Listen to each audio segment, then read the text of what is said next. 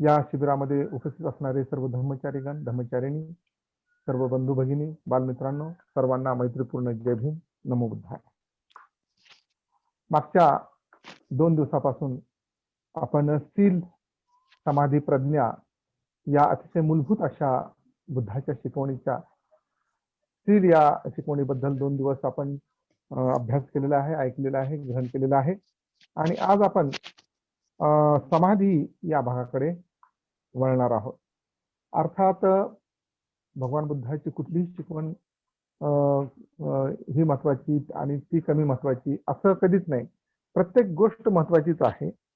समाधी ही सुद्धा तेवढीच महत्वाची अशी शिकवण आहे.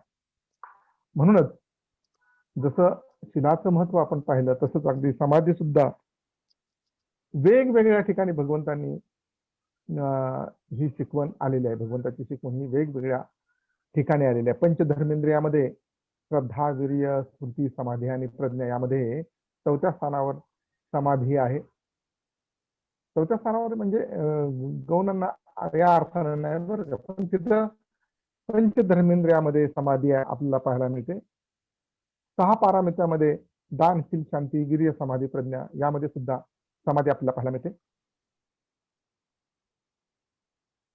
समाधी इथं आपल्याला ती पाहायला मिळते. त्रिविध शिकवणीमध्ये शील, समाधी, प्रज्ञा आपल्याला पाहायला मिळते. म्हणजे अशा तऱ्हेनं समाधी ही जी शिकवण आहे ती खूप महत्वाची आणि मूलभूत अशी शिकवण आहे असं आपण म्हणू शकतो. आणि हे धम्मक्रांतीचं बीज आहे असं म्हटलं जातं. तर हे कसं काय धम्मक्रांतीचं बीज असेल ह्याचा पण उलगडा आपण करण्याचा प्रयत्न करू. आणि हा उलगडा होण्याच्या अगोदर मला छोटीशी गोष्ट सांगावीशी वाटते आणि या प्रवचनाची सुरुवात करायची वाटते. अर्थात ही जी गोष्ट आहे ती आपण बऱ्याच जणांनी ऐकली असणार आहे, मला ती माहीत असणार आहे. तर ही गोष्ट अर्थात भंतेंनी अनेक वेळा अनेक ठिकाणी सांगितलेली आहे, परंतु त्याचा संदर्भ मी या ठिकाणी घेणार आहे. ती गोष्ट आहे जळत्या घराची. एक वयोवृद्ध श्रीमंत असा व्यक्ती असतो आणि त्याचा खूप मोठं घर असतं, ते जीर्ण झालेलं असतं आणि त्या घराला अनेक खोल्या असतात, असतात, खिडक्या असतात, परंतु दरवाजा मात्र एकच असतो. आणि त्या घरामध्ये अनेक मुलं त्यांची राहत असतात. एक दिवशी काय झालं की या घराला आग लागली आणि आग लागल्यानंतर ही जी मुलं आहेत ह्या घरामध्ये खेळणारी, ही घरामध्ये खेळणारी जी मुलं आहेत ती मुलं खेळण्यामध्ये दंग आहेत. त्यांना काय लक्षातच येत नाही की घर पेटलेलं आहे आणि त्यामुळे आपल्याला धोका होऊ शकतो, आपण या घराच्या बाहेर गेलं पाहिजे असं त्यांना काही वाटत. अर्थात ती मुलंच होती ना. परंतु हा जो वयोवृद्ध श्रीमंत गृहस्थ होता त्यांनी मात्र त्या मुलांची ओळखलं की त्यांचा धोका ओळखला आणि मोठ्या मोठ्याने ते आवाज द्यायला लागला की अरे चला बाहेर चला, घर पेटलेलं आहे, तुम्हाला खूप मोठा धोका आहे, चला याच्यातून बाहेर पडा, याच्यातून बाहेर पडा. पण मुलं काय ऐकायला तयार नव्हती. मग शेवटी त्यांनी काय केलं की त्यांना आमिष दाखवलं. काय आमिष दाखवलं तर तुम्हाला वेगवेगळ्या प्रकारच्या गाड्या मी तुम्हाला आणलेल्या आहेत, तयार ठेवलेल्या आहेत. या गाड्यामध्ये बसा आणि तुम्ही पळवा त्या गाड्या. काही गाड्या हरणाच्या आहेत, काही गाड्या घोड्याच्या आहेत. आणि अशा प्रकारे सुंदर सुंदर अशा गाड्या तुमच्यासाठी आणलेल्या आहेत. त्याच्यामध्ये तुम्ही बसा. आणि मग एक एक एक एक एक एक करून त्या दरवाजातून सर्व मुलं बाहेर सुखरूपपणे पोहोचली आणि त्यांचा जीव वाचला. तर या ठिकाणी ही जी गोष्ट आहे ही गोष्ट खरं म्हणतं 2 पद्धतीनं भंतेंनी सांगितलेली आहे. आपण त्याचा एकच अर्थ या ठिकाणी विचारात घेऊया. असा अर्थ घ्यायचा इथं आपल्या आजच्या ह्या प्रवचनाला निमित्तानं की ह्या जुनं घर म्हणजे काय, तर जुनं घर जीर्ण झालेलं घर, जळत असणारं घर म्हणजे आपला जुना धर्म, हिंदू धर्म हे जुनं घर आहे. आणि हा वयोवृद्ध श्रीमंत व्यक्ती कोण आहे, तर श्रीमंत वयोवृद्ध व्यक्ती जो आहे परमपूज्य बोधिसत्व डॉक्टर बाबासाहेब आंबेडकर आहे. आणि ही मुलं कोण आहेत, तर मुलं म्हणजे भारतीय समाज आहे. असं म्हणूया की हा वयोवृद्ध गृहस्थ आहे, त्यांनी अगदी ह्या मुलांना बाहेर काढण्यासाठी खूप प्रयत्न केले आणि शेवटी मग त्यांनी ह्या प्रयत्न केला, परंतु मुलं काय ऐकत नव्हती. म्हणून त्यांनी काय वेगवेगळ्या वाहनांची म्हणजेच खेळण्यांची व्यवस्था केली आणि मग बाहेर आले. म्हणजे त्याचा अर्थ काय, की परमपूज्य बाबासाहेबांनी हिंदू धर्मामधून बाहेर पडण्यासाठी खूप प्रयत्न केले, खूप चांगल्या कष्टा केल्या. परंतु शेवटी 14 ऑक्टोबर 1956 रोजी त्यांनी आपल्याला बुद्ध यानामध्ये या गाडीमध्ये बसवलं आणि सर्व लोक आपण त्यामध्ये येऊन बसलो. अर्थात सर्व भारतीय बसले असं काही नाहीये, त्यामध्ये काही बसले. आणि पण मग मात्र काय झालं, हा जो उत्साह होता घराच्या बाहेर पडण्याचा आणि वाहनामध्ये बसण्याचा आणि वाहन फिरवण्याचा, तो उत्साह हळूहळू हळूहळू हळू काय झाला की मावळत गेला लोकांचा. आणि जे बाहेर पडलेली जी मुलं आहेत, बाबासाहेबांची जी मुलं आहेत, ती मुलं पुन्हा त्या मोडक्या तोडक्या घरामध्ये, जळक्या घरामध्ये पुन्हा हळूहळू हळू जाण्याचा प्रयत्न करतात. कधी गेली, कधी परत आली, पुन्हा कधी गेली, पुन्हा कधी आली. अशा प्रकारे हे चालू आहे. हे होण्याचं कारण काय बरं? तर हे जे यान दिलेलं आहे त्यांना जे वाहन दिलेलं आहे, त्यांना जे खेळणं दिलं आता करण्यासाठी गोष्टीतलं जे खेळणं आहे, त्या खेळण्यामध्ये त्यांना काय उत्साहच राहिला नाही, आनंद राहिला नाही. आणि त्यामुळं त्यांना हे खेळणं म्हणजे काय, किंवा हे यान जे आहे, हे बुद्धियान जे आहे, हे त्यांना काय वाटायला लागलं, की बोरिंग वाटायला त्याला, किंवा बोरिंग म्हणण्यापेक्षा असं म्हणूया की त्यांना त्यामध्ये इंटरेस्ट वाटे ना, त्यांच्यामध्ये उत्साह नव्हता त्याच्यामध्ये. आणि असं का खेळण्याचा उत्साह संपला त्यांचा. आणि खेळण्याचा उत्साह संपल्यामुळं काही लोक पुन्हा मागे गेले, काही लोक पुन्हा त्या घरात गेले, काही लोक त्या घरात रममान झाले, काही लोक पुन्हा त्यातून बाहेर येतात, पुन्हा तिकडे जातात उत्साहाचा अभाव असल्यामुळे. अर्थात ही जी गोष्ट आहे ती मूळ गोष्ट वेगळी आहे, आपला ते सर्वांना माहित आहे, मी त्या मूळ गोष्टीकडे जाणार नाही. परंतु ही गोष्ट अगदी तंतोतंत आपल्याला इथं लागू पडते. 14 ऑक्टोबर 1956 साली बाबासाहेबांनी धम्मक्रांती केली. 67 वर्ष या घटनेला घडतात. परंतु जे काय आपल्याला त्यांनी जे काय वाहन दिलेलं आहे, त्या वाहनामध्ये बसण्याचा उत्साहच कमी असल्यामुळं ते वाहन वेगाने पुढे जात नाही. त्या वाहनाचा पुरेपूर फायदा आपण घेत नाही, त्याचा आनंद घेत नाही, त्याचा उपभोग घेत नाही. याचं कारण असं की उत्साह नाही. आणि हा उत्साह नसण्याचं काय कारण आहे, हा उत्साह का गेला, हे पाहण्यासाठी आपण आजच्या या आपल्या या प्रवचनाचा आपण आधार घेणार आहोत. तर आपल्याला माहित आहे की मागच्याच 2 दिवसामध्ये आपण शील हा नवा समाजाचा पाया आहे असं म्हटलेलं होतं. शील पालनानं आपण खऱ्या अर्थानं माणूस बनतो हेही आपण पाहिलं होतं. शील 2 प्रकारचे आहेत असंही पाहिलं होतं आपण, अचरित आणि चरितशील. म्हणजे अचरित शीलामध्ये हिंसा, चोरी, व्यभिचार, असत्य भाषण आणि मादक पदार्थाचे सेवन करू नये अशा प्रकारचं आपण पाहिलं होतं. आणि चरितशीलामध्ये आपण त्यामध्ये विधायक शीलाचा पाहिला होता, मैत्री पूर्ण कर्म करून, मुक्त हस्ते दान करणं, शांती संतुष्टीचं पालन करणं, स्मृती सुस्पष्ट आणि प्रदीप्त ठेवणं, नित्य सत्य बोलणं वगैरे वगैरे. तर अशा प्रकारे आपण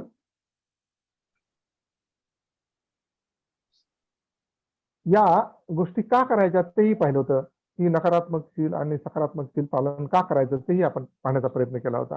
खरं तर नकारात्मक शील ही आपण पाळली पाहिजेत, म्हणजे पंचशील आपण पाळलं पाहिजे आणि पंचधर्म पण पाळला पाहिजे आपण. पंचशील का पाळलं पाहिजे, तर पंचशिलामध्ये पाळण्यासाठी काय महत्वाची गोष्ट आपण पाहिली होती, की खरं तर त्यामध्ये द्वेष आहे, लोभ आहे, अज्ञान आहे, भीती आहे. आणि अशा गोष्टी ज्या आहेत, म्हणजे लोभ, द्वेष, मोह या तिघांमध्ये एक वाक्यता नसते. लोभाचं आणि द्वेषाचं कधीच पटत नाही, असं पण आपण पाहिलं होतं. उदाहरणार्थ पण पाहिलं होतं की लोभी माणूस हा स्वार्थासाठी कधीही द्वेष करत नाही, कधीही द्वेष करत नाही. पण द्वेषी माणूस लोभ बाळगत नसल्यामुळं प्रसंगी द्वेषापोटी स्वतःचं नुकसान सुद्धा करून घेत असतो.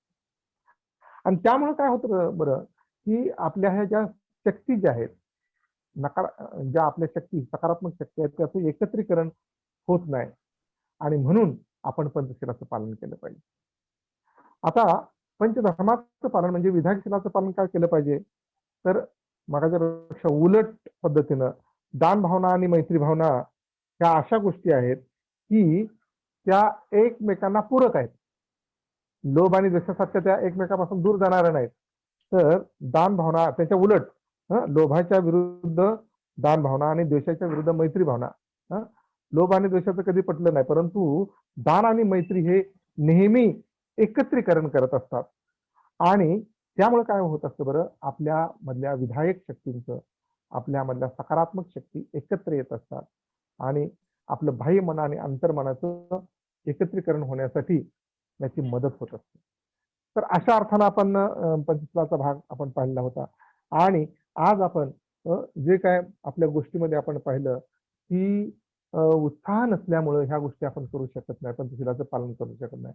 आणखीन एक गोष्ट आहे, पंचशीलाचं पालन न करण्याचं किंवा पंचशील पालन करण्यासाठी उत्साह नसण्याचं कारण आणखीन एक आहे, ते म्हणजे आपण पाहणार आहे, की जसं आपण पाहिलं, की स्थिर समाधी प्रज्ञेमध्ये स्थिर प्रथम येतं, नंतर समाधी. समाधी ही कुठून येते? तर समाधी ही ध्यानाच्या माध्यमातून येत असते. ध्यान हे प्रथम आहे आणि नंतर समाधी आहे. अर्थात हे कसं ते आपण पाहूया. तर हे पुन्हा आठवणीत आणण्यासाठी मी तुम्हाला काल जे सांगितला भाग आहे, सब्ब पापसाकरणं कुशल सोपसंपदा सचित्त परियोदपनं एतं बुद्धानं शासनं. म्हणजेच कुठलंही पाप न करणं, पुण्यकर्म करणं आणि स्वचित्ताची शुद्धी करणं. ह्याच्या 3 गोष्टी आहेत. यामध्ये पंचशिलाचं पालन करणं, विधायक शिलाचं पालन करणं आणि ध्यान साधना करणं, ह्या 3 गोष्टींचा समावेश झालेला आहे. हीच बुद्धाची शिकवण आपण पाहिलेलं आहे. तर स्वचित्ताची शुद्धी करणं म्हणजे नेमकं काय? स्वचित्ताची शुद्धी करणं म्हणजे काल सुद्धा मी जाता जाता हा भाग तुम्हाला सांगितला होता. आचार्य बुद्ध घोष हे यांनी याचं वर्णन करताना असं म्हणलं आहे, मन हेच सुखाचे आणि दुःखाचे मूळ आहे. आणि म्हणूनच धम्मामध्ये मनाच्या साधनेला अनन्य साधारण असं महत्व आहे, किंवा मनाच्या साधनेला प्रथम स्थान दिलेलं आहे. आणि मग ह्या मनाची शुद्धी कशी केली जात असते? तर आचार्य बुद्धघोष काय म्हणतायत, की 5 निवारणापासून आपलं मन शुद्ध करावं लागतं. 5 निवारण किंवा 5 अडथळे म्हणतो आपण त्याला. आणि हेच सचित्त परियोदपनं आहे. 5 निवारणापासून, 5 अडथळ्यापासून आपल्या मनाची मुक्तता करणं. ही मनाची 5 आवरणं कुठली? काल जाता जाता मी सांगितली होती. तरी सुद्धा आज आपला हा मुख्य विषय असल्यामुळे आपण त्याच्याकडे आता वळणार आहोत. ही 5 निवारणं किंवा 5 आवरणं कुठली आहेत? तर पहिलं जे आवरण आहे ते आहे कामछंद. अर्थात कामछंद म्हणजे कामवासना. त्यानंतर दुसरं जे आहे ते म्हणजे व्यापाद. व्यापाद हा पाली शब्द आहे. द्वेष त्याचा अर्थ आहे. खिन्नमित्थ हा पाली शब्द आहे, त्याचा अर्थ आहे आळस. चौथं जे आहे ते उदुच्च कुकुच्च हा पाली शब्द आहे, त्याचा अर्थ आहे अस्थिरता, भ्रांतता असा सुद्धा त्याचा अर्थ होतो. अस्थिरता किंवा भ्रांतता. आणि विचिकित्सा म्हणजेच संशयग्रस्तता, संशयी वृत्ती, याला विचिकित्सा म्हणजे पाली शब्द आहे. या 5 निवरणाच्या अधीन आपलं मन असल्यामुळं आपल्या चित्ताची जागृती आपण घालवून बसतो. आपण अस्थिर आणि चंचल बनतो. आपलं मन अस्थिर आणि चंचल बनण्याचं कारण काय? तर ही 5 निवारणाचा प्रभाव आपल्या मनावर असतो. आणि त्यामुळं आपली सगळी मानसिक शक्ती जी आहे ती विखुरलेली असते, विखरलेली असते. आता बंधू आणि भगिनींनो, मला इथं सांगायचं आहे, की बऱ्याच लोकांचं की ध्यानाबद्दलच्या संभ्रम आहे. आपण त्रिरत्न बौद्ध महासंघामध्ये काम करणारे धम्मचारी, धम्ममित्र, ध्यान साधना करणारे आहोत. अनेक काही संस्था आहेत की आपण ध्यान साधनावरती जोर देत आहेत. पण अशा काही संस्था आहेत की त्यांना असं वाटतं की बाबा बाबासाहेबांना काय ध्यान अभिप्रेत नव्हतं. बाबासाहेबांनी काय डोळे मिटून बसायला सांगितलेलं नाही. डोळे मिटून काय प्रश्न मिटणार नाहीत. बाबासाहेबांची चळवळ ही काय अशा प्रकारची चळवळ नाही. आणि मग ते रंगूनमध्ये दिलेल्या भाषणाचा दाखला देतात आणि मग ते सांगतात की जर बाबासाहेबांनी कदाचित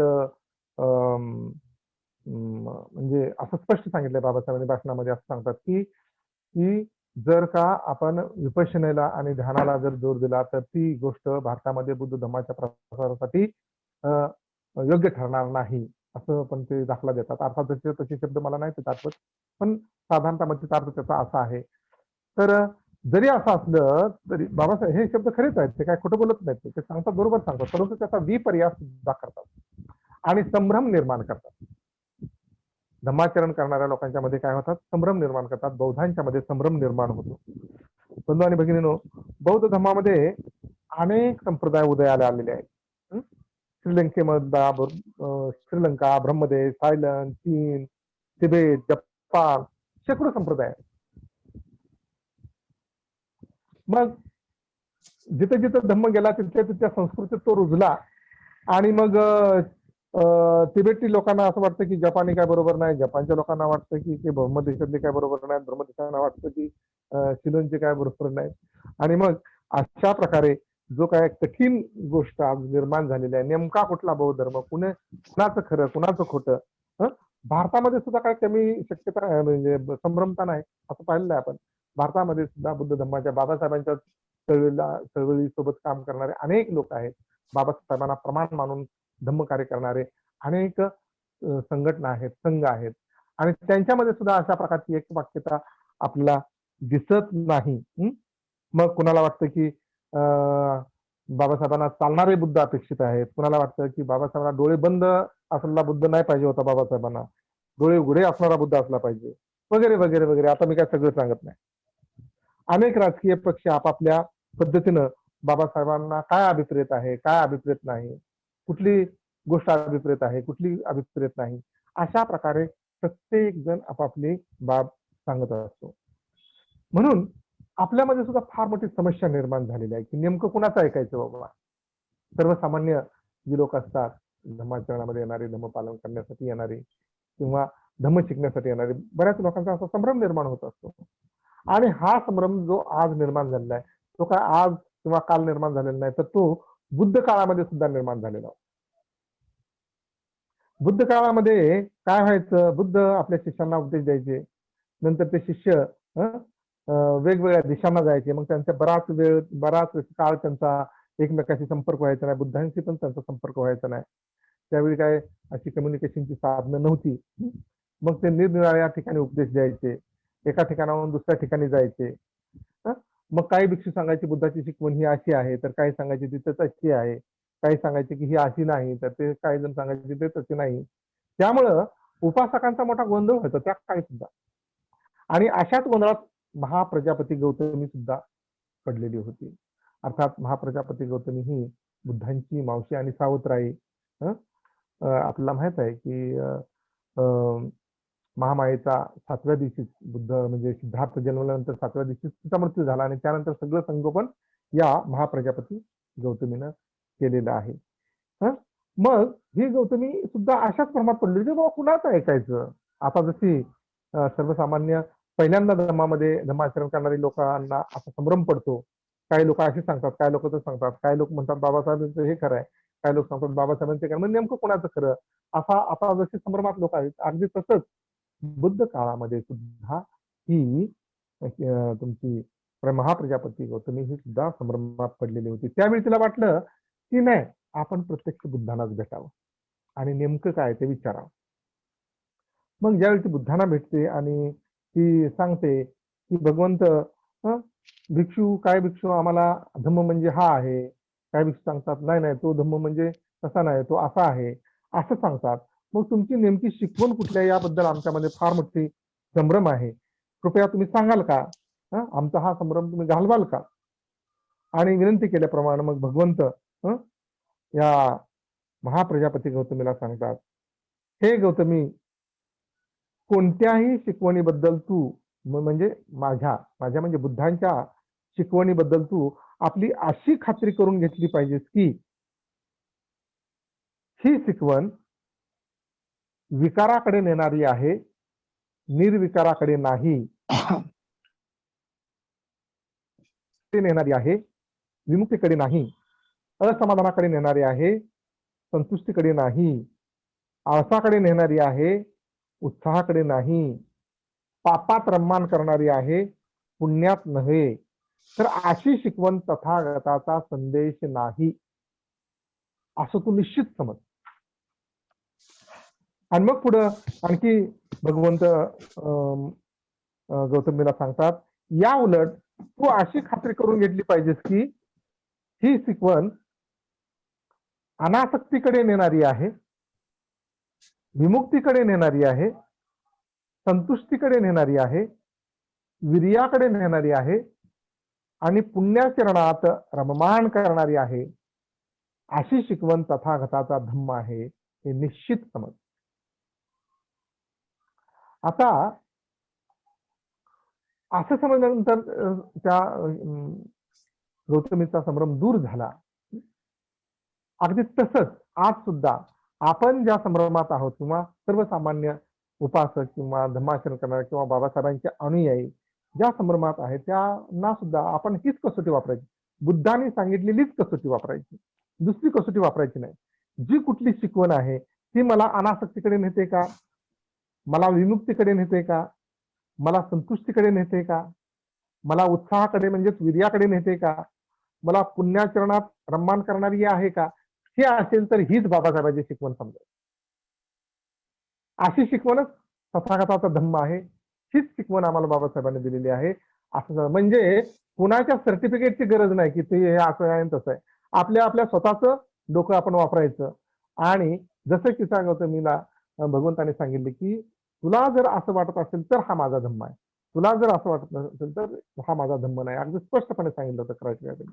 अगदी त्याचाच विचार करून आपण सुद्धा या संदर्भात राहण्याची काय आवश्यकता नाही. आपल्या आपल्या मनाला आपण प्रश्न विचारायचे की ही शिकवण मला विमुक्तीकडे घेऊन जाणारी आहे, अनासक्तीकडे घेऊन जाणारी आहे, संतुष्टीकडे घेऊन जाणारी आहे, उत्साहाकडे घेऊन जाणारी आहे, पुण्याचरणात सन्मान करणारी आहे. निश्चित हीच भगवंताची शिकवण आहे, हीच बाबासाहेबांची शिकवण आहे, हे आपल्याला समजता येईल. तर मानवाच्या उच्च विकासासाठी उपयोगी पडणारी प्रत्येक गोष्ट म्हणजे धम्म आहे. मग ही शिकवण मला माझ्या उच्च विकासासाठी उपयुक्त आहे का, हे सहज कळण्यासारखं आहे ना आपल्याला. त्यामुळे दुसऱ्याला कोणी सांगायची गरज नाही की हे करू नको ते करू नको आणि हे केलं पाहिजे ते केलं पाहिजे, आपल्याला स्वतःला कळत ते. राजा अशोक तर काय म्हणायचे माहित आहे, राजा अशोकाने असं जाहीर केलं होतं की बुद्धाने जे जे काय सांगितलं आहे ते उत्तम रीतीने सांगितलंय. म्हणजे ह्या जगात जे जे काय उत्तम आहे, चांगला आहे, विकासाचा आहे, प्रगतीकडे घेऊन जाणार आहे, ती गोष्ट बुद्धाची शिकवण आहे. बुद्धाच्या शिकवणीचं त्यांनी अगदी व्याख्याच करून टाकली. जे जे काय उत्तम आहे या जगामधलं ती बुद्धाची शिकवण. आणि जे काही उत्तम रीतीने सांगितले आहे ते बुद्ध वचन आहे. मग खरं म्हणतर काही महायान पंथीय लोक असंच म्हणतात की जे काही उत्तम रीतीने सांगितलंय ते बुद्धाचं वचन आहे जगामध्ये. जे जे काय सांग मग कदाचित ते बौद्ध ग्रंथामध्ये नसलं तरी सुद्धा ते विकासाकडे घेणारी गोष्ट असेल तरी सुद्धा ती बुद्धाची शिकवण आहे. एवढी मोठी श्रद्धा आपली म्हणजे विकासाकडे, विकासाच्या बाबतीमध्ये आपली असली पाहिजे, आपल्या मनाच्या विकासासाठी आपली असली पाहिजे. बाबासाहेबांनी 14 ऑक्टोबर 1956ला दीक्षा झाल्यानंतर दीक्षा समारंभानंतर एक भाषण दिलं होतं, प्रदीर्घ असं भाषण दिलं होतं. आणि त्यात त्यांनी अर्थात संदर्भ जो घेतलेला होता तो रामदास स्वामीचा संदर्भ घेतलेला होता. बाबासाहेबांनी असं नाही म्हणले की रामदास स्वामी हा हिंदू संन्यासी आहे, त्याचं मी कशाला कोटेशन घेऊ, असं नाही. जे जे जगातलं उत्तम आहे आणि ते आपल्या विकासाला उपयुक्त आहे तेथे बुद्ध वचन, असं बाबासाहेबांचं सुद्धा मत होतं. याच्यावरून लक्षात येते आपल्या. कारण त्यांनी कोटेशन घेत असताना किंवा संदर्भ घेत असताना किंवा ते वाक्य निवडत असताना कुणाचं घेतलंय, रामदास स्वामींचं घेतलंय. ते असं म्हणले नाही की हे हिंदूंचं आहे, हे हिंदू संन्यासांनी सांगितलंय. जरी हिंदू संन्यासांनी सांगितलं असलं तरी सुद्धा त्यांनी ते विकासासाठी उपयुक्त आहे म्हणून ते घेतलेलं. आणि बाबासाहेब अशा संकुचित प्रवृत्तीचे नव्हतेच कोणी. त्यांनी बौद्ध धर्माच्या ग्रंथांचं वाचन केलं, अध्ययन केलंच केलं, पण इतर धर्मयांच्या सुद्धा ग्रंथांचं वाचन केलं. आणि अनेक नॉन बुद्धिस्ट ऑथर, लेखक जे आहेत, बौद्धच असले पाहिजे असं नाही, तर जे जे कुणी पंडित आहेत, उत्तम सांगणारे आहेत, तत्वव्यक्ती आहेत, सुधारक आहेत त्या सर्वांचे विचार, मग तो सुधारक त्यांचा वैचारिक विरोधक जरी असला आणि त्यांनी जर काय उत्तम रीतीने सांगितलं असेल तर ते खुल्या मनाने त्यांनी घेतलेलं आहे. आपलं सुद्धा मन असंच आपण खुलं ठेवलं पाहिजे. आणि ते काय म्हणले त्या भाषणामध्ये, जर उत्साह नसेल, अर्थात बाबासाहेबांचे शब्द आहेत, जर माणसामध्ये उत्साह नसेल तर त्याचं जीवन काबाड कष्टाचे बनेल, ते वाहून नेण्याचं एक ओझं बनेल. जीवन आपल्याला म्हणजे एक ओझं वाटेल. किंवा तर जर का आपल्या जीवनामध्ये उत्साह नसेल, उत्साह नसणारं जीवन हे काबाड कष्टाचं, काबाड कष्टाचं. म्हणून बाबासाहेब पुढे जाऊन असं म्हणतात की मग ह्या माणसांना उत्साह का नसतो, कशामुळे त्यांचा उत्साह गेलेला असतो. तर त्यांनी थोडस वेगळ्या पद्धतीने सांगितलंय. तो काय आपल्याला जास्त महत्वाचा मुद्दा नाही, परंतु तो लिंक मध्ये आहे म्हणून मला सांगायचा वाटतो. माणसाचा उत्साह कशामुळे कमी होतो, तर माणसाचा थोरपणा प्राप्त करण्याची संधी मिळण्याची आशा दुरावली म्हणजे माणूस निराश होतो.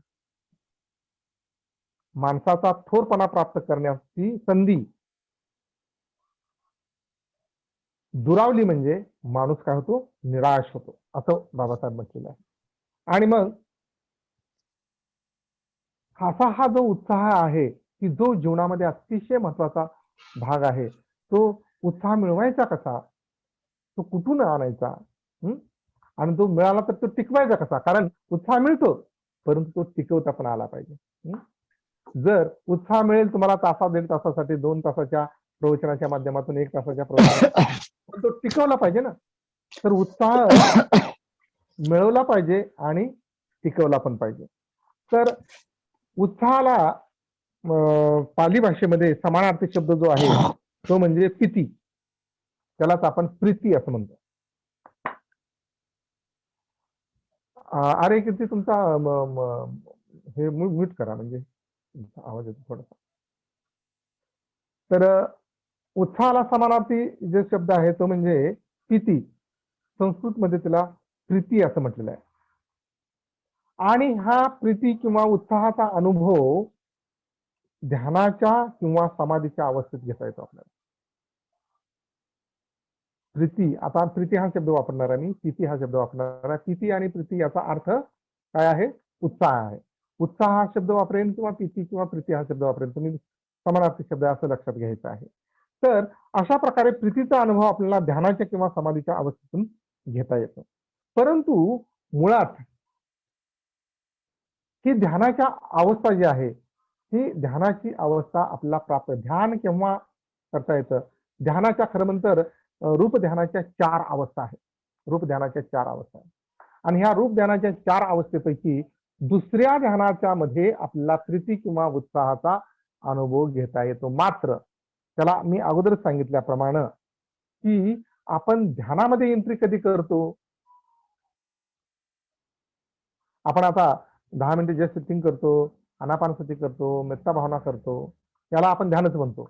परंतु हे जरी ध्यान असलं तरी आपल्या मनावरती 5 निवारण, 5 बंधनांचं ओझं असतं. आपलं मन ह्या निवारणामध्ये अडकलेलं असतं, त्याचा प्रभाव आपल्यामध्ये असतो. त्यामुळं आपण एकाग्रता आपलं करू शकत नाही, आपली शक्ती एकत्र करू शकत नाही. जोपर्यंत आपण ही 5 निवारणं बाजूला सारत नाही तोपर्यंत ध्यानाच्या पहिल्या अवस्थेमध्ये आपण जाऊ शकत नाही. आणि ध्यानाची पहिली अवस्था प्राप्त केल्याशिवाय ध्यानाच्या दुसऱ्या, तिसऱ्या, चौथ्या अवस्थेमध्ये जाऊ शकत नाही. ही समता ध्यानाच्या अवस्था आहेत. त्यानंतर पुढे विपश्यना सुरू होते. विपश्यनेच्या सुद्धा ध्यानाच्या 4 अवस्था आहेत आणि नंतर मग प्रज्ञेचं द्वार पुढे उघडत असतं. हा मोठा प्रवास आहे. पण याची सुरुवात जी आहे ती सुरुवातच मुळात कुठून होत असते बरं, आनापानसती, मैत्री भावना या ध्यानातून, म्हणजे आपण ज्याला ध्यान म्हणतो त्या ध्यानातून. परंतु आपण जे करतो त्या ध्यान आणि ध्यानाची पहिली अवस्था किंवा ध्यानाच्या 4 अवस्था, रूप ध्यानाच्या असं म्हणूया, म्हणजे लक्षात येईल तुमच्या. रूप ध्यान, आपल्या ध्यानातून आपल्याला रूप ध्यानामध्ये जाण्यासाठी 5 निवारणं ही आपल्याला बाजूला सारली पाहिजेत. 5 निवारणापासून आपण मुक्त झालो पाहिजे, तर आणि तरच आपण ध्यानाच्या अवस्था प्राप्त करू शकतो किंवा रूप ध्यानाच्या अवस्थेमध्ये आपण जाऊ शकतो, रूप ध्यानामध्ये आपण प्रवेश करू शकतो. मग हे 5 अडथळे मगाशी मी सांगितल्याप्रमाणे पहिला जो अडथळा आहे तो म्हणजे कामछंद आहे, नाही का. कामछंद म्हणजे नेमकं काय बरं? तर कामछंद हा भौतिक वस्तूच्या तृष्णेचं बंधन आहे. मग या बंधनात अन्न, वस्त्र आणि निवारा यांचा समावेश होत असतो. अन्न, वस्त्र, निवारा याचा समावेश होत असतो आणि ही तृष्णा फारच बलवान असते.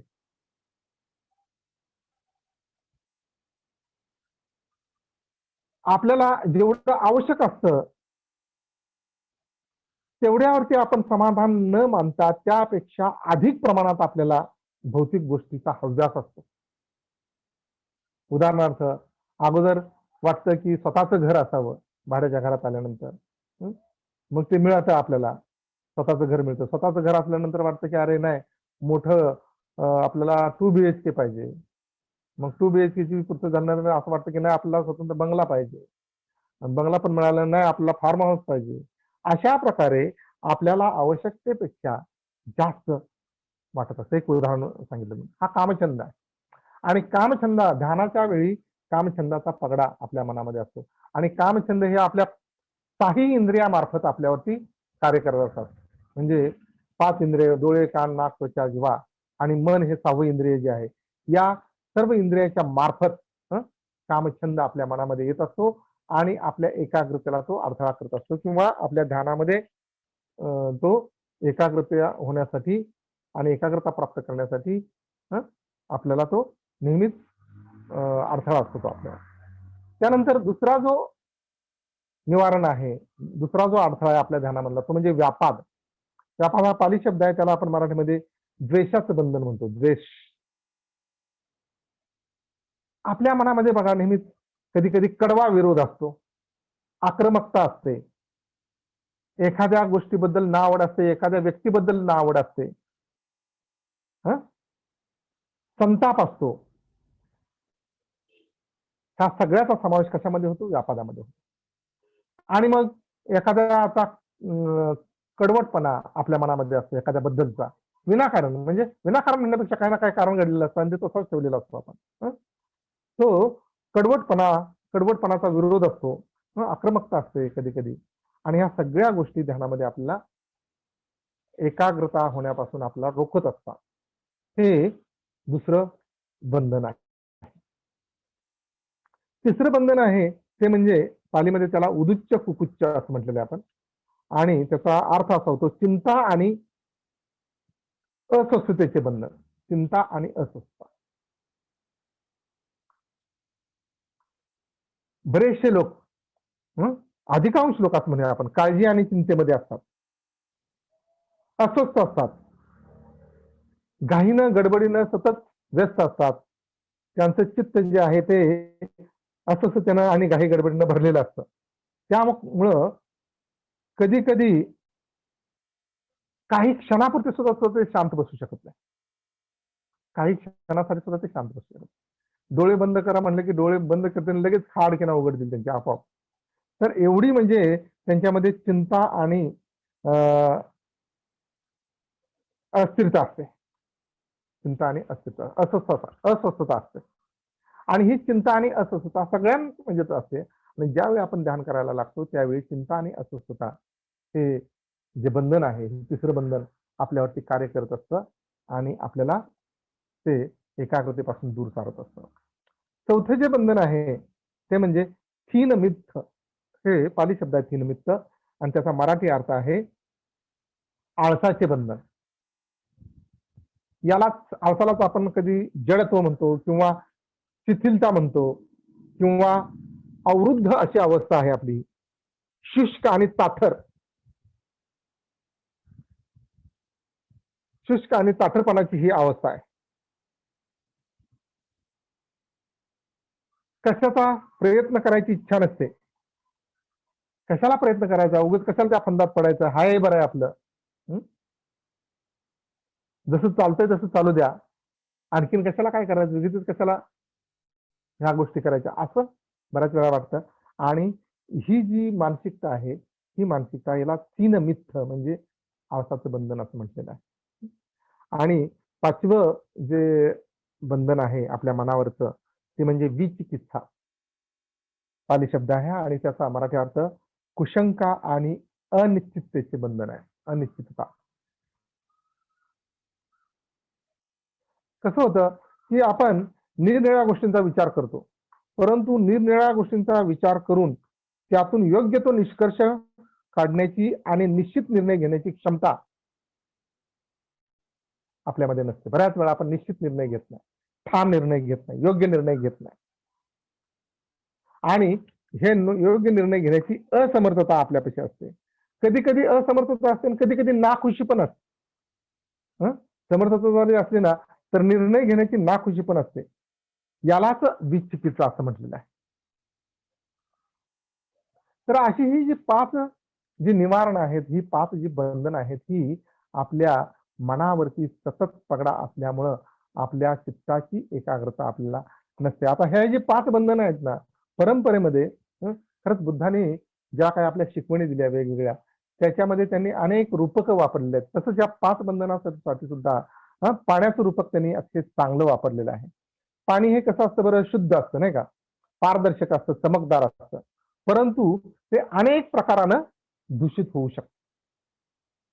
चांगलं पाणी जे आहे, शुद्ध पाणी जे आहे, आता या शुद्ध पाण्यालाच भगवंतांनी काय केलेलं आहे, म्हणजे मनाला शुद्ध पाण्याची उपमा दिलेली आहे. जसं पाणी निसर्गतः शुद्ध असतं, तसंच मन स्वाभाविकरित्या शुद्धच असतं. पण या 5 बंधनांनी ते दूषित होऊन गेलेलं असतं. आपलं मन सुद्धा ह्या 5 बंधनांनी दूषित होऊन गेलेलं असतं. आणि मग कामछंदाने भरलेल्या मनाची तुलना त्यांनी कशी केलेली आहे? कामछंदाने भरलेल्या मनाची तुलना त्यांनी रंगीबेरंगी पाण्याबरोबर केलेली आहे. आता रंगीबेरंगी पाण्याला खरं म्हणजे सौंदर्य असतं काही प्रमाणात, परंतु ते दूषित असतं. म्हणून कामछंदानं भरलेलं जे मन आहे ते रंगीबेरंगी पाण्यासारखं असतं. दुसरी व्यापाद म्हणजे द्वेष. द्वेषानं भरलेल्या मनाची तुलना भगवंतांनी उखळणाऱ्या आणि फसफसणाऱ्या आणि वाफा बाहेर पडणाऱ्या पाण्याबरोबर केलेली आहे. किती सार्थ उपमा आहे बघा. एखादा माणूस जर रागावला तर त्याच्या रागाचा पारा म्हणतो नाही का आपण, तुझा रागाचा पारा शांत होऊ दे, असं आपण म्हणतो. म्हणजे किती सूचक अशी हे आहे पहा, म्हणजे उपमा किती सूचक दिलेली आहे. तर अशा प्रकारे उखळलेल्या पाण्याची उपमा व्यापादाला दिलेली आहे, म्हणजे द्वेषाला दिलेली आहे. त्यानंतर उदुच्च कुकुच्च म्हणजे अस्वस्थता आणि चिंता यांनी जे युक्त असणारं जे मन आहे, याला कशाची उपमा दिलेली आहे, तर जोरदार वाऱ्याच्या माऱ्याने लाटा उसळणाऱ्या पाण्याची त्याची तुलना केलेली आहे. लाटायुक्त पाण्याबरोबर त्याची तुलना केली. ते लाटाचं पाणी बघा, एक विचार आला, दुसरा, दुसरा, तिसरा, असं. अशा प्रकारे उदुच्च कुकुच्च किंवा अस्वस्थता किंवा चिंतायुक्त मन जे आहे, त्या चिंतायुक्त मनाची तुलना त्यांनी लाटायुक्त पाण्याबरोबर केली आहे. त्यानंतर चौथं थिनमित्थ म्हणजेच आळस आणि सुस्तपणा याची तुलना, म्हणजे आळस आणि सुस्तपणाच्या मनाची तुलना शेवाळ आणि पान वनस्पतींनी तुडुंब भरून गेलेल्या तलावाबरोबर केलेले आहे. ते जागेवरच असतं सगळं, काय हालचाल करत नसतं. शेवाळ किंवा ते पान वनस्पती भरून गच्च झालेली जे तलाव असतं ते स्वस्त पडलेलं असतं जागेवर. तसंच अगदी तशाच प्रकारे आळसाने भरलेल्या मन सुद्धा आपलं तसंच असतं. आणि 5वं जे निवारण आहे किंवा जे अडथळा आहे विचिकित्सा. शंका कुशंकाने भरलेल्या मनाची तुलना काळ्या कुट्ट आणि दुर्गंधी सुटलेल्या पाण्याबरोबर केलेली आहे. म्हणजे आपल्याला लक्ष देण्यासाठी गटारीतल्या पाण्यासारखी केलेली आहे त्यांनी, नाही का. तर हे पाणी स्वच्छ कसं करायचं आहे?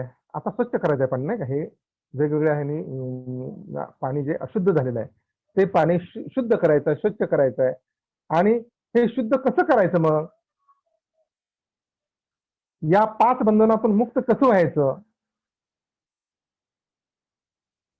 तर ह्या 5 बंधनांनी मुक्त होण्यासाठी सुद्धा, म्हणजे आपण आता इथं बसणारे धम्मचारी, धम्ममित्र आणि नियमितपणे ध्यान साधना करणारे काही लोक आहेत. तर आपल्याला माहित आहे की आपल्याला ध्यान साधना करत असताना या बंधनांचा, या अडथळ्यांचा नेहमीच सामना करावा लागतो आणि दररोज सामना करावा लागतो. मग ह्या सामना कसा करायचा त्याच्यासाठी? तर खरं म्हणतं बुद्ध धर्मामध्ये या 5 निवारणं दूर सारण्यासाठी काही पद्धती सांगितल्या आहेत. हां, एक 4 पद्धती सांगितल्या आहेत आणि त्यांनी आणखीन एक ॲडिशनल एक 5वी पद्धत पण सांगितली आहे. तर ह्या 5 निवारणं कशी दूर करायची आणि आपल्या मनाची शुद्धी कशी करायची? आपल्या मनामधली ही सगळी जळमटं किंवा ह्या सगळे अडथळे दूर कसे करायचे? त्यासाठी अ, एक 4 पद्धती सांगितल्या आणि 5वी एक ॲडिशनल केलेली आहे. त्यातली पहिली पद्धत जी आहे ती म्हणजे अकुशल मानसिक स्थितीच्या परिणामाचा विचार करणे. अकुशल मानसिक स्थितीच्या परिणामाचा विचार करणे. आता अकुशल मानसिक स्थितीच्या परिणामाचा विचार करणं अ, आपल्याला असा विचार करायचा, की बाबा मला जर राग येत आहे किंवा मला जर राग येऊ दिला तर काय होईल? मी कठोर बोलीन, कुणाशी तरी माझं भांडण होईल, मी कुणाला तरी अप्रिय बोलेन, त्यामुळं माझ्याबद्दल गैरसमज पसरतील किंवा मला कोणाबद्दल तर गैरसमज निर्माण होतील. हं. फार रागावलं तर काय होईल? तर एखाद्याला मी मारू पण शकतो. त्याचे दुष्परिणाम काय होतील? अगदी अशाच प्रकारे जसं रागाच्या बद्दल आपण परिणामाचा विचार केलेला आहे, तशाच बाकीच्या अडथळ्याबद्दल सुद्धा आपल्याला विचार करू शकतो आपण. हं. म्हणजेच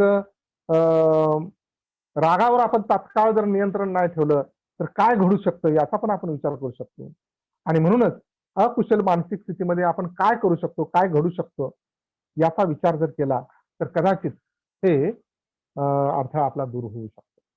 असं म्हणतात, की ध्यानामध्ये हे जे 5 अडथळे आहेत ना, त्याला कधी-कधी मार सुद्धा म्हटलेलं आहे.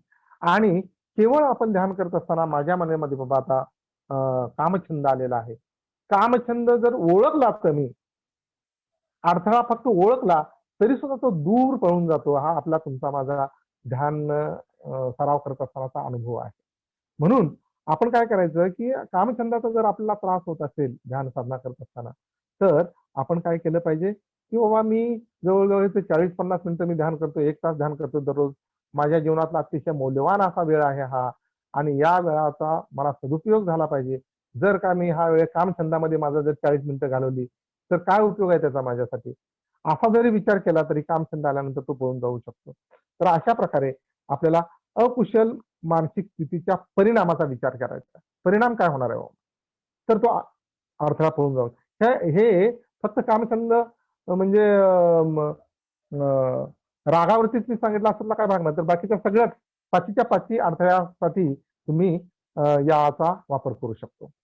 त्यानंतर दुसरा जो उपाय सांगितला आहे आपल्यामध्ये, म्हणजे ध्यानासाठी अडथळे दूर करण्यासाठी सांगितलेला उपाय जो आहे, तो म्हणजे विरुद्ध भावनेचा विकास करा.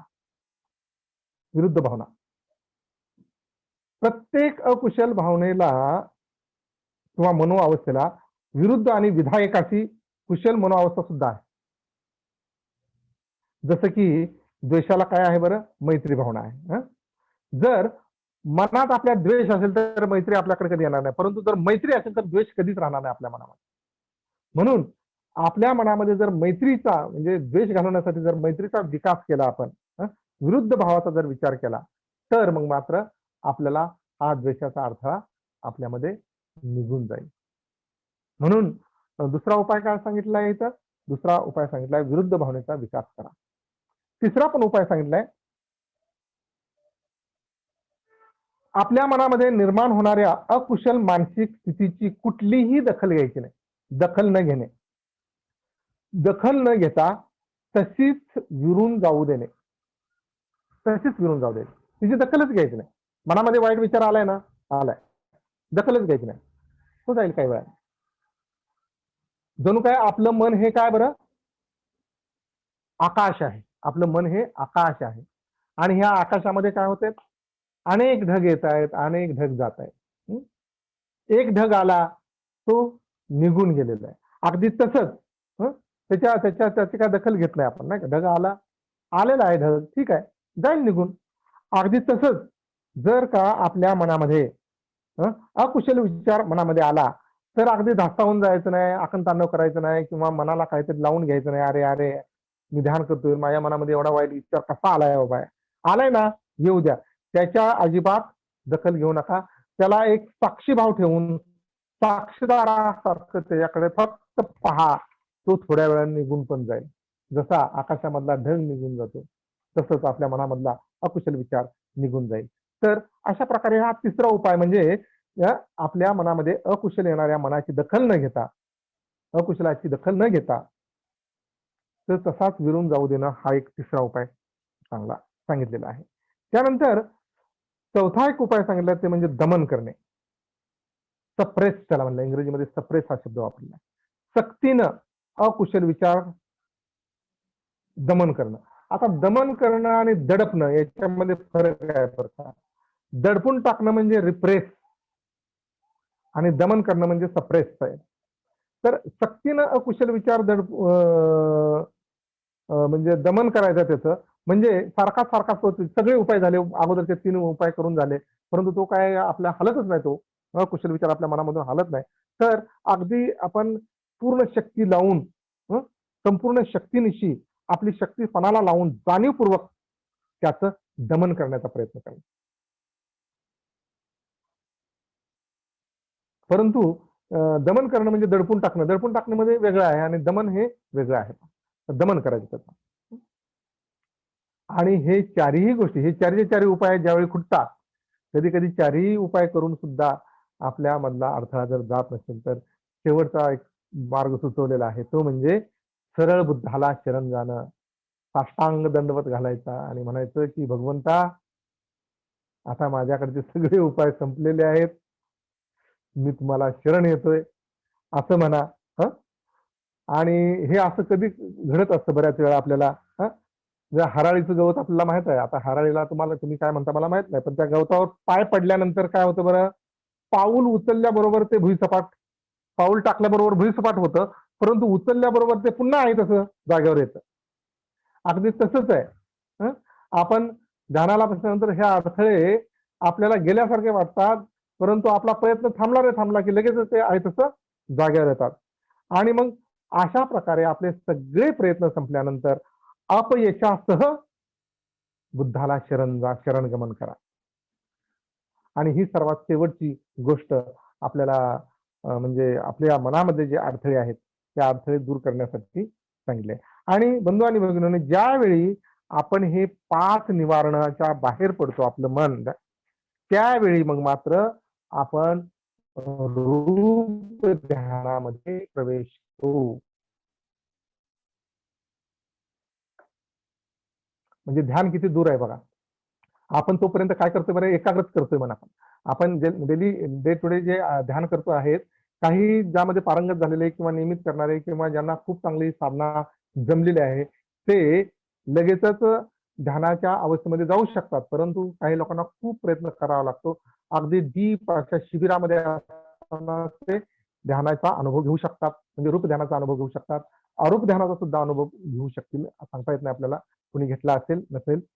तर रूप ध्यान हे आतापर्यंत आपण फक्त आपल्या मनाला कॉन्सन्ट्रेट करण्याचा प्रयत्न करतो. जोपर्यंत निवारणा आहे, तोपर्यंत आपण मनाला कॉन्सन्ट्रेट करण्याचा प्रयत्न.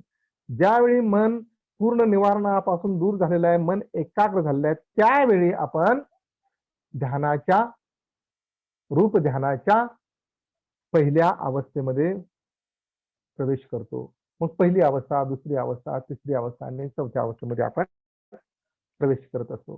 हे ध्यान आहे. आणि इथं समाधीची सुरुवात आहे. इथं समाधीची सुरुवात आहे. आपला विषय समाधीचा आहे, नाही का? तर समाधी किती दूर आहे बघा. समाधी आणखीन पुढे आहे बरं का. खरं म्हणतं रूप ध्यान सुद्धा समाधी नाही आहे. पण त्याची सुरुवात आहे. सुरुवात होते इथं. रूप ध्यानामध्ये समाधीची सुरुवात होते आणि मग नंतर समाधीला आपण पुढे जातो. तर ही जी रूप ध्यानं आहेत, ह्या रूप ध्यानामध्ये खरं म्हणतं धम्मक्रांतीचं बीज जे आहे ते आपल्याला पाहिजे आहे. ह्या रूप ध्यानाची जी पहिलं रूप ध्यान आहे, हे पहिल्या रूप ध्यानामध्ये 5 गोष्टी असतात. 5 गोष्टी कुठल्या असतात? वितक्क म्हणजेच वितर्क, विचार, वितर्क पहिला, दुसरा विचार, तिसरं सुख, चौथं पिती आणि 5वं चित्तस्थ एकाग्रता म्हणजेच एकाग्रता. पहिल्या रूप ध्यानात म्हणजेच आपली 5 निवारणं दूर सारल्यानंतर रूप ध्यानाच्या पहिल्या अवस्थेमध्ये ह्या 5 गोष्टी शिल्लक असतात. त्याच्यात वितक्क म्हणजे काय बरं? एखाद्या गोष्टीला धरून ठेवणं हा वितक्क आहे. आणि विचार म्हणजे काय? मन त्या गोष्टीचे सर्व बाजूने परीक्षण करतं. जी गोष्ट आपण धरून ठेवलेली आहे त्या गोष्टीला मन काय करतं? सर्व बाजूनी परीक्षण करतं. त्या विचार आहे. तर विचार वितर्क असतात. बुद्धघोषांनी खरं म्हणतर विचार आणि वितर्काबद्दल खूप चांगलं रूपक वापरलेलं आहे. ते असं म्हणतात की डाव्या हातानं भांडं धरणं आणि उजव्या हाताने ते चोहोबाजूनी घासणं. भांडं धरणं हा काय आहे बरं? डाव्या हाताने भांडं धरणं हा वितक्क आहे आणि त्या भांड्याला चोहोबाजूनी घासणं हा विचार आहे. म्हणजे ते समजण्यासाठी कितीतरी चांगल्या पद्धतीने त्यांनी चांगलं रूपक सांगितलेलं आहे. तर विचार वितर्क, त्यानंतर सुख आणि प्रीती. सुख म्हणजे काय बरं? आनंद, हर्ष आणि प्रीती म्हणजे उत्साह. आणि 5वी जी गोष्ट आहे ती म्हणजे चित्तस्थ एकाग्रता. ह्या 5 गोष्टी रूप ध्यानाच्या पहिल्या अवस्थेमध्ये असतात. पहिल्या रूप ध्यानामध्ये असतात. लक्षात घ्या, पहिलं रूप ध्यान आपण कधी अनुभवतोय? ज्यावेळी आपले 5ही निवारणं आपल्या मनामध्ये निघून गेलेले आहेत, त्याच वेळी आपण ते अनुभवतोय. हे लक्षात घ्या. त्यावेळी ह्या 5 गोष्टी असतात पहिल्या रूप ध्यानाच्या. मग आपण दुसऱ्या रूप ध्यानामध्ये ज्यावेळी प्रवेश करतो त्यावेळी विचार आणि वितक्क निघून गेलेले असतात. वितक्क आणि विचार निघून गेलेले असतात. राहतंय काय मग तिथं? प्रीती, सुख, प्रीती आणि चित्तस्थ एकाग्रता राहते. सुख, प्रीती आणि चित्ताची एकाग्रता दुसऱ्या रूप ध्यानामध्ये शिल्लक राहत असते. आणि ह्या 3च मानसिक क्रिया तिथे शिल्लक राहत असतात. अगोदर 5 मानसिक क्रिया असतात, दुसऱ्या रूप ध्यानात 3च राहतात. सुख, प्रीती आणि चित्तस्थ एकाग्रता. खरं म्हणतर इथं असीम सुख असतं. सुख म्हणजे असीम सुख आणि प्रीती म्हणजे उदंड उत्साह त्यामध्ये असतो.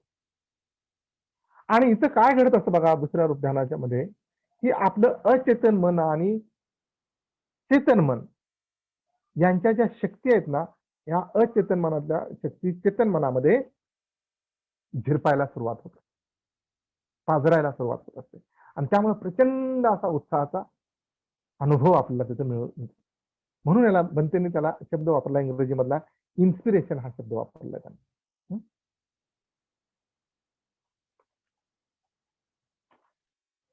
त्यानंतर मग आपण तिसऱ्या रूप ध्यानाच्या अवस्थेमध्ये जातो. तिथं काय झालेलं असतं की प्रीती जाऊन फक्त काय राहिलेलं असतं? सुख आणि एकाग्रता राहिलेली आहे. सुख आणि एकाग्रता.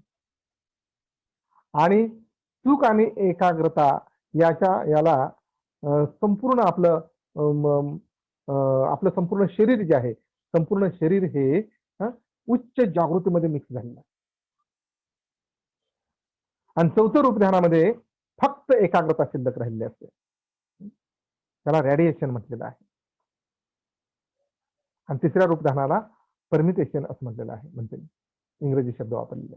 तर असो, हा जरी थोडासा कठीण भाग असतो तर आपल्याला फक्त दुसऱ्या रूप ध्यानापर्यंत जरी आपल्याला लक्षात आलं तरी आजचा आपल्याला जो काही उत्साह आहे किंवा जे काही धम्मक्रांतीचं बीज आहे ते कळायला लक्षात येईल आपल्याला. तर ह्या 4 रूप ध्यानाच्या अवस्था सुद्धा भगवंतांनी सांगत असताना तिथं सुद्धा त्यांनी काय केलेलं आहे बरं? तिथं सुद्धा रूपक वापरले. त्या रूपकाच्या माध्यमातून हा अवघड विषय आपल्याला फार सोपा जातो कळायला. तर कुठली रूपक वापरल्यात? पहिल्या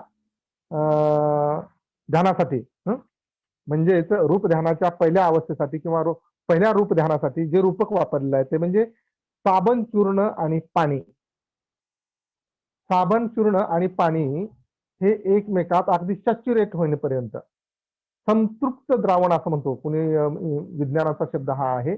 संतृप्त द्रावण किंवा सॅच्युरेशन पूर्ण. आता त्याच्यामध्ये साबण विरघळणं शक्य नाही आणि आता त्याच्यामध्ये पाणी विरघळणं, साबणामध्ये पाणी विरघळत नाही किंवा पाण्यामध्ये साबण संपलं आता त्यांचं एकमेकामध्ये एकदम एकरूप झालेलं आहे. अगदी तसंच आपलं शरीर आणि मानसिक अस्तित्व जे आहे आपलं ना, मानसिक अस्तित्व आणि शरीराचं अस्तित्व हे उच्च जागृतीमध्ये अगदी भिजून गेलेलं असतं.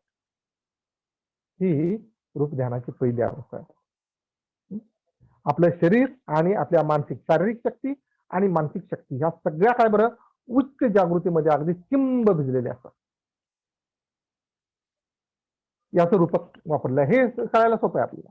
दुसरे जे रूप ध्यान आहे ह्या रूप ध्यानामध्ये रूप ध्यानासाठी रूपक कुठलं वापरलेलं आहे तर तुडुंब भरलेला तलाव आणि त्या तलावाला पाणी कुठून येतंय तर ढगातून येणारं पाणी नाही किंवा तुमच्या ओढ्यातून नाल्यातून येणारं पाणी नाहीये किंवा पावसाचं पण पडणारं पाणी नाहीये ते.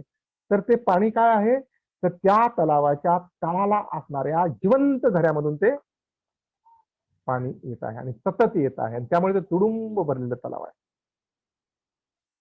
अगदी तसंच आपलं चेतन मन आणि अचेतन मन आपल्या अचेतन मनामधून सुद्धा अशाच प्रकारचा उत्साहाच्या उकाळे जे आहेत प्रीती ही अशी उत्साहाने वर वर वर येत असते. ही काय आहे रूप ध्यानाची दुसरी अवस्था आहे. कधीही न संपणं जसं घरातलं पाणी जिवंत घर असतो ना तो त्यातलं पाणी कधी संपतं का नाही संपत. अगदी तसंच कधीही न संपणाऱ्या उत्साहाचा प्रवाह दुसऱ्या रूप ध्यानामध्ये असतो. आता तिसरं आणि चौथं काय मी पटकन सांगणार आहे. आपल्याला पाहिजे तो पॉइंट आपण इथं मिळवलेला आहे आता. कमल पुष्पाने भरलेलं तलाव तिसरी अवस्था आहे आणि चौथी अवस्था उच्च जागृतीची अवस्था ती काय बरं रणच्या दिवशी अतिशय थकून भागून आलेल्या आणि धुळीने माखलेल्या व्यक्तीने थंडगार अशा जलाशयात स्नान करून आपल्या सभोवती पांढरे शुभ्र वस्त्र लपेटणं ही चौथ्या रूप ध्यानाची त्यांनी काय सांगितलेली आहे रूपक सांगितले आहे.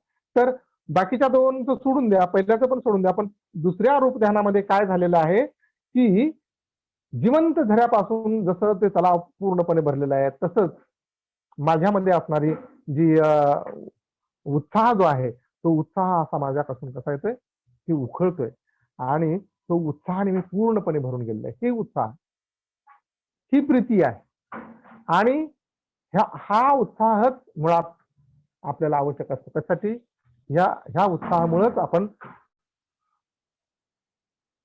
आपल्या जीवनामध्ये चांगली कार्य करत असतो करू शकतो आणि म्हणूनच उत्साहाची जननी कुठं आहे तर दुसऱ्या रूप ध्यानामध्ये आपण उत्साहाची जननी आहे आणि हे दुसऱ्या रूप ध्यानात आपण कुठं जातो बरं ध्यानातून जातो म्हणून ध्यान ही उत्साहाची जननी आहे असं म्हणायला काय हरकत नाही. कारण ध्यान करायला सुरुवात करतो त्याच वेळी आपले 5 अडथळे दूर होतात आणि 5 अडथळे दूर झाल्यानंतर आपण पहिल्या रूप ध्यानाच्या दुसऱ्या रूप ध्यानाच्या अवस्थेमध्ये जातो आणि दुसऱ्या रूप ध्यानाच्या अवस्थेत जातो त्यावेळी आपल्याला उत्साहाची निर्मिती होत असते आणि आपण उत्साहाने ओतपोत भरलेलं असतं. तर अशा ह्या रूपकाच्या माध्यमातून आपल्याला समजायला सोपं झालेलं आहे. तर मग आता लक्षात आलं असेल आपल्या की बाबा हे जे जळत्या घरातून बाहेर पडलेले लोक आहेत पुन्हा त्या जळत्या घरात का जातात तर त्यांचा उत्साह नाही म्हणजे काय बरं नेमकं तर या म्हणजे तुम्ही आम्ही कुणी असो त्यामध्ये तर आपल्यामध्ये उत्साह नसण्याचं कारण म्हणजे आपण मुळात ध्यानच करत नाही आणि ध्यान करत नसल्यामुळं आपण रूप ध्यानामध्ये प्रवेश करत नाही आणि रूप ध्यानामध्ये प्रवेश केल्याशिवाय आपल्याला प्रीतीचा अनुभव येत नाही उत्साहाचा अनुभव येत नाही आणि त्यामुळं आपलं जीवन हे काबाड कष्टात बाबासाहेब म्हणतात जीवन हे काबाड कष्ट धम्म जीवनाच्या बाबतीमध्ये सांगतो. बाकीच्या जीवनामध्ये भरपूर लोक काय लोक प्रश्न उपस्थित असा करतील की काही लोक ध्यान न करता किती एवढे मोठे श्रीमंत आहेत एवढे मोठे राजकारणी आहेत एवढा पैसा आहे त्यांच्याकडे एवढी सत्ता आहे मग ते कसं काय ते काय ध्यान करतात का तर बंधू आणि भगिनींनो आपण आपला जो एरिया आहे तो धम्मक्रांतीचा आहे. आपला जो एरिया आहे ते उच्च विकासाचा आहे भौतिक विकासाचा आपला विषय नाहीये आपल्या उच्च मानसिक अवस्थेचा विकास असल्यामुळे आपला उच्च मानसिक अवस्था प्राप्त करण्यासाठी उच्च मानसिक अवस्थेकडे आपल्याला जाण्यासाठी कशाची गरज आहे तर ध्यानाची गरज आहे आणि ध्यानामधूनच आपल्याला उत्साह मिळू शकतो. आज धम्मक्रांतीमध्ये अपयशी होणारे लोक धम्मक्रांतीपासून परावृत्त होणारे कोण धम्मापासून परावृत्त होणारे लोक ज्यांच्या मनामध्ये अशी शंका आहे की नाही राव मी काय पंचशिलाचं पालन करू शकत नाही असं म्हणणाऱ्या लोकांच्या मध्ये उत्साह नाही प्रीती नाही आणि उत्साह नसण्याचं प्रमुख कारण काय आहे उत्साहाचा अभाव काय आहे तर ते ध्यानच करत नाहीत आणि ध्यान नसल्यामुळे उत्साह येणार कुठून उत्साहाची काय मेडिसिन मिळत नाही आपल्याला ती खाल्ली आणि रोजच्या रोज खायची एक गोळी आणि उत्साह मिळवायचा असं नाही ते. तर आपल्याला रोजच्या रोज जर मेडिसिन कुठलं पाहिजे असेल तर ध्यानाचं पाहिजे. आणि म्हणूनच आज मला सार्थपणे अभिमान आहे सांगण्याचा की आज 50 वर्षापेक्षा मोठा कालावधी लोटलेला आहे. तरी सुद्धा त्रिरत्न बौद्ध महासंघाचे जे धम्मचारी आणि धम्ममित्र त्यांच्यामध्ये असं म्हणे 24 पण 12 महिने उत्साह असतो त्यांच्यामध्ये. आणि त्यांना उत्साह कसं मिळायचं त्याचं पॉवर स्टेशन सापडलेलं आहे त्यांना. त्यांच्यामधला उत्साह कमी होतो अशातला म्हणजे कमी होत नाही असं मला म्हणायचं नाही. कमी होतो. पण उत्साह कमी केल्यानंतर जसं एखाद्या गाडीमधलं पेट्रोल संपल्यानंतर पेट्रोल कुठे मिळतं ते त्याला माहित आहे. त्याला पॉवर स्टेशन माहित आहे. पेट्रोल पंप माहित आहे. अगदी तसाच आमच्या धम्मचारी आणि धम्ममित्रांना आता पेट्रोल पंप सापडलेला आहे. त्यामुळं ज्यावेळी त्यांच्यामधला उत्साह कमी होतो त्यावेळी ते शिबिरासारख्या ठिकाणी जातात. 8-10 दिवसाचं 15 दिवसाचं शिबिर करतात, एकांतवास करतात आणि आपलं पॉवर स्टेशनमध्ये जाऊन आपली पॉवर ते मिळवतात, ऊर्जा मिळवतात आणि पुन्हा उत्साह ते प्राप्त करतात. अशा प्रकारे ते सतत, सतत, सतत धम्म कार्यामध्ये का आहेत याचं जर इंगित कुठं असेल तर ते इंगित जे आहे ते तुमच्या ध्यानामध्ये आहे. त्यांच्या ध्यानाच्या माध्यमातून धम्ममित्रांना आणि धम्मचार्यांना उत्साह असं मी अतिशय अभिमानाने आणि अतिशय सार्थपणे सांगतो. ह्याच्यामध्ये कुठल्याही प्रकारचा खोटारडेपणा नाही किंवा याच्यामध्ये कुठल्याही प्रकारचा भडीजावपणा सुद्धा नाही. अगदी वस्तुस्थिती आहे. म्हणून त्रिरत्न बौद्ध महासंघामध्ये ध्यानाला खूप असं महत्व आहे. आणि ध्यान केल्यामुळे खरं म्हणतं धम्मक्रांती यशस्वी होऊ शकते. त्रिरत्न बौद्ध महासंघ धम्मक्रांती बाबासाहेबांची धम्मक्रांती यशस्वी झाली असं म्हणणार नाही मी. ते फार मोठं होईल धाडस. परंतु यशस्वी करण्यासाठी तो प्रयत्नशील आहे, यशस्वी करत आहे. त्याचं कारण जर कुठलं असेल तर ते म्हणजे ध्यान साधना. आणि मुळातच त्रिरत्न बौद्ध महासंघाची सुरुवात कुठून झालेली आहे म्हणते असं सांगतात. म्हणते उर्गेन संरक्षित असं सांगतात. या चळवळीची सुरुवात 1964 साली इंग्लंडमध्ये झाली. त्यावेळी त्यांनी काय ह्या चळवळी मी सुरू करतोय म्हणून फार मोठी जाहिरात दिलेली नाही. जाहिरातबाजी केलेली नाही. फार मोठ्या पंडित लोक तिथे बोलवलेले नाहीत. हुशार लोक तिथे बोलवलेले नाहीत. धम्मामध्ये असणारे प्रगत लोक त्यांनी तिथे बोलवलेले नाहीत. किंवा फार मोठे राजकारणी बोलवलेले नाहीत. किंवा फार मोठे असं म्हणूया की धम्मामधले प्रतिष्ठित लोक त्यांनी तिथे बोलवलेले नाहीत.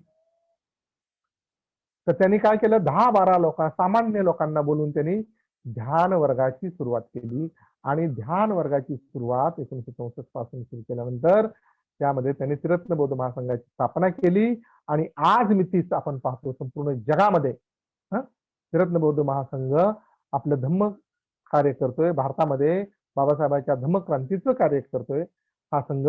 याचं इंगित जर कुठं असेल तर ध्यानामध्ये आहे. त्यामुळं आणि ही गोष्ट बनतेने नेमकी हिरली कुठून तर बुद्धाचा धम्म कुठून निर्माण झाला. अर्थात बुद्धाचा धम्म हा गौतम बुद्धापासून झाला बरोबर आहे. पण बुद्धांना तरी धम्म कुठे सापडला. त्यांना का राजवाडा सापडला का. सिद्धार्थांना किंवा गौतम बुद्धच असं म्हणूया आपण बुद्धांना का राजवाड्यात राजपुत्र असताना धम्म सापडला का. त्यांनी राजवाड्यातून धम्मक्रांती केलेली आहे का. त्यांनी जंगलात राहून आत्मक्लेश करून तरी धम्मक्रांती केलेली आहे का. तर ह्या दोन्हींची उत्तरं नाहीच असे आहेत.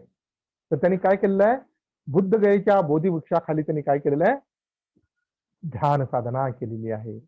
आणि त्यामधून बोधिवृक्षाखाली त्यांनी काय केलं नेमकं. बोधिवृक्षाखाली बसले खरं पण बोधिवृक्षाखाली काय केलं त्यांनी तर बोधिवृक्षाखाली बसून त्यांनी ध्यान केलेलं आहे. आणि त्या ध्यानामधून त्यांना सत्याचा साक्षात्कार झालेला आहे. आणि म्हणून ध्यान हे धम्मक्रांतीचं बीज आहे. आणि म्हणूनच ध्यानातूनच समाधीकडे जात असतो. म्हणून समाधी हे धम्मक्रांतीचं बीज आहे. आता ध्यान किंवा समाधी हे धम्मक्रांतीचं बीज आहे असं म्हणलो.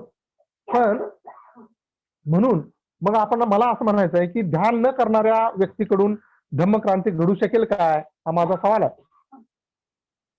जे लोक ध्यान करत नाही त्यांच्याकडून धम्मक्रांती घडू शकेल काय. या लिंक लागेल तुम्हाला सहजपणे. याचं सरळ उत्तर तुमच्याकडूनच येईल की नाही असं नाही घडणार. कारण मुळानच धम्मक्रांती सिद्धार्थाने बोधिवृक्षाखाली बसून बोधिवृक्षाखाली बसून केलेली आहे. आणि त्यामुळं बोधिवृक्षाखाली बसून केलेली असल्यामुळं आपल्याला ध्यानाच्या माध्यमातून, समाधीच्या माध्यमातूनच आपल्याला धम्मक्रांती घडू शकतो. ध्यान न करता कुणीही धम्मक्रांती घडवू शकत नाही. मग तो कितीही हुशार असू द्या, कितीही पंडित असू द्या, कितीही बलवान असू द्या, कितीही ताकदवान असू द्या, ध्यान न करता त्याच्याकडून धम्मक्रांती घडू शकत नाही. जे उत्साहाने आणि प्रेरणेने भरलेले आहेत तेच धम्मक्रांती घडू शकतात. आणि उत्साहाने प्रेरणाने कोण भरेल? जो ध्यान साधना करून समाधीकडे जाईल तोच उत्साहाने आणि प्रेरणाने भरेल. आणि म्हणूनच श्रीरत्न बौद्ध महासंघामध्ये 2 प्रकारचे ध्यान शिकवले जातात. आता ती 2 ध्यानं कुठली आहेत ते इथं सांगण्याची वेळ नाही आपली, आणि मी ते सांगणार पण नाही.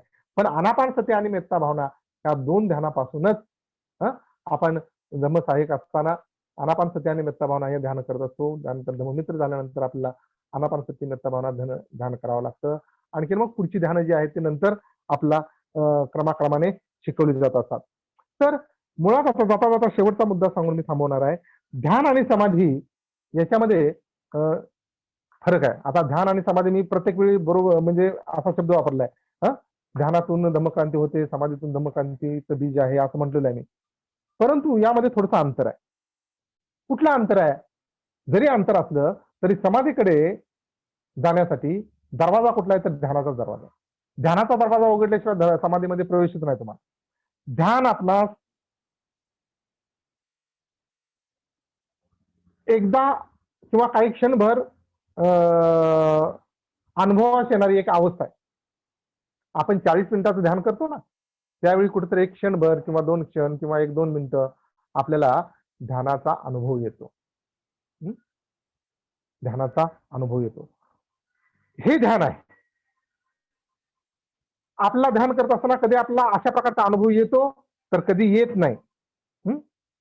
पण समाधीची अवस्था म्हणजे काय बरं? समाधीची अवस्था म्हणजे कायम ध्यानाची अवस्था. म्हणजे आपण डे टू डे जे ध्यान करतो त्यामध्ये जो क्षणासाठी किंवा अर्ध्या क्षणासाठी किंवा 2 सेकंदासाठी जो काय आपल्याला अनुभव आला असतो, उत्साहाचा, प्रीतीचा अनुभव आला असतो, तो अनुभव जो आहे समाधीमध्ये कायम स्वरूपात असतो, सतत वाहणारा. आपल्याला जे आता असं थोडक्यात समजण्यासाठी असं म्हणूया आपण की ध्यान म्हणजे काय बरं? प्रीतीचा आपण आपला क्षणिक असतो, क्षणापुरता असतो, काही क्षणासाठी असतो. तो काही क्षणाचा सुद्धा आपल्याला प्रीतीचा अनुभव जो आहे ना तो खूप काही ऊर्जा देऊन जातो. परंतु समाधीमध्ये हा प्रीतीचा अनुभव कायम प्रवाहात असतो, प्रवाहित असतो तो. तर अशा प्रकारे ध्यानाची अवस्था अगोदर लागते आपल्याला आणि नंतर समाधी येते.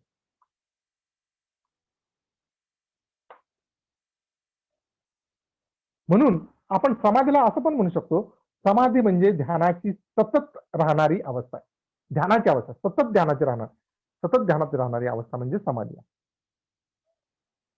दुसऱ्या शब्दात बोलायचं झालं तर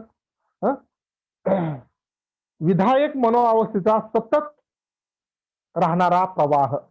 विधायक मनोअवस्था कुठल्याही प्रकारचा म्हणजे अकुशल विचार तिथं नाही. विधायक मनोअवस्थेचा सतत राहणारा प्रवाह म्हणजे समाधी. अशा प्रकारे समाधी ही खरं तर उत्साहाची जननी आहे. समाधी हेच प्रेरणेची जननी आहे आणि त्यामुळेच आपल्याला समाधी हे धम्मक्रांतीचं बीज आहे असं आपण म्हणतो. खरं म्हणतर आपल्याला स्वतः बदलायचं असेल, बौद्ध माणसाचं काय असतं, स्वतःला बदलायचं असतं. तर आपल्याला बदलायचं असेल तर आपल्याला ध्यान केलं पाहिजे. ध्यानाशिवाय आपल्यामध्ये बदल शक्य नाही. आपल्याला समाजामध्ये परिवर्तन करायचं असेल, समाज बदलायचा असेल तरी सुद्धा आपल्याला ध्यान करावं लागेल. इतरांस सहाय्य करायचं असेल आपल्याला तरी सुद्धा आपल्याला ध्यान करावं लागेल. केवळ अभ्यास पुरेसा नाही. केवळ निळी वस्त्र घातली किंवा भिक्षुनी पिवळी वस्त्र घातली किंवा केसरी वस्त्र घातली तेवढं पुरेसं नाही. तर ध्यान साधना ही अत्यंत आवश्यक आहे. म्हणून ज्यांना कोणाला धम्मक्रांती करायची आहे त्यांनी ध्यान साधना केलीच पाहिजे. आणि म्हणून जो कोणी खरा बौद्ध आहे, जो कोणी खरा बाबासाहेबांचा अनुयायी आहे, त्यांनी जिथं जिथं तो जाईल तिथं तिथं आपल्यासोबत त्यांनी बोधिवृक्ष घेऊन गेलं पाहिजे. आता बोधिवृक्ष घेऊन जाणं म्हणजे काय बरं? जसं सिद्धार्थ बोधिवृक्षाखाली बसलेले होते तसं आपण आपला बोधिवृक्ष सतत आपल्या सोबत असला पाहिजे. म्हणजे आपण आपल्या घरामध्ये असतो तर आपण आपल्या घरामध्ये आपल्या बोधिवृक्ष असला पाहिजे, म्हणजे आपल्या घरामध्ये आपण ध्यान केलं पाहिजे. आपण विहारात गेलो तर आपल्यासोबत आपला बोधिवृक्ष असला पाहिजे, आपण विहारात ध्यान केलं पाहिजे. हं? आपण आणखीन कुठं रानावनात गेलो तरी आपल्यासोबत बोधिवृक्ष असला पाहिजे, आपण तिथं ध्यान केलं पाहिजे. तर अशा प्रकारे ध्यानामुळं आपण समाधीस्थ होऊ शकतो आणि समाधी हे धम्मक्रांतीचं बीज आहे असं मला वाटतं. तर बंधू आणि भगिनींनो, भंतेंचं हे प्रवचन आहे. मी थोड्याशा माझ्या शैलीमध्ये सांगण्याचा प्रयत्न केलेला आहे. तर पुन्हा समारोप करत असताना मला असं सांगायचं आहे, की जे कुणी हं, सोडलेलं घर, सोडलेलं जळतं घर केवळ उत्साह नसल्यामुळे पुन्हा त्या घरात जात आहेत. तर जर का आपण ध्यानाची सुरुवात केली, तर पुन्हा जे कुणी त्या जळत्या घरात पुन्हा गेलेले आहेत, त्यांना बाहेर येण्यासाठी ध्यानच तुम्हाला मदत करू शकेल, ध्यानच तुम्हाला मदत करू शकेल. आणि समाधी हेच खरं धम्मक्रांतीचं बीज आहे, आपल्या लक्षात आल्याशिवाय राहणार नाही. तर मला तुम्ही शांतपणे ऐकून घेतलं त्याबद्दल धन्यवाद. आणि मी इथेच थांबतो. नमो बुद्धाय. जय भीम.